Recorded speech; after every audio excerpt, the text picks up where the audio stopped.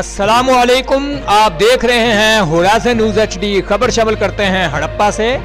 Lahore reason के दबंग officer थाना हड़प्पा तैनात जनाब इंस्पेक्टर चौधरी असलम गुज्जर SHO थाना हड़प्पा से इंफॉर्मेशन पॉइंट हड़प्पा के एडमिन साहबान की खुसूसी मुलाकात हुई, जिसमें जनाब डॉक्टर शाहिद राजा, डॉक्टर मुदस्सर शेख और मोहसन मुमताज सोमरू ने वफद की शक्ल में SHO थाना हड़प्पा को वेलकम किया और अपनी नेक तमन्नाओं का इजहार किया। लाहौर रीजन से दबंग ऑफिसर चौधरी असलम गुज्जर ने इस बात की यकीन दहानी की है कि वो हमेशा से मेरिट पे काम कर रहे हैं और अब भी मेरिट पे काम करेंगे।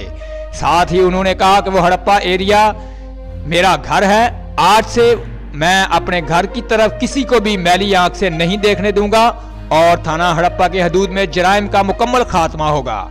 हड़प्पा एरिया का बच्चे से लेकर बूढ़े तक सब महफूज होंगे। रिपोर्ट शान अहमद, नुमाइंदा खुसूसी होराज़न न्यूज़ HD।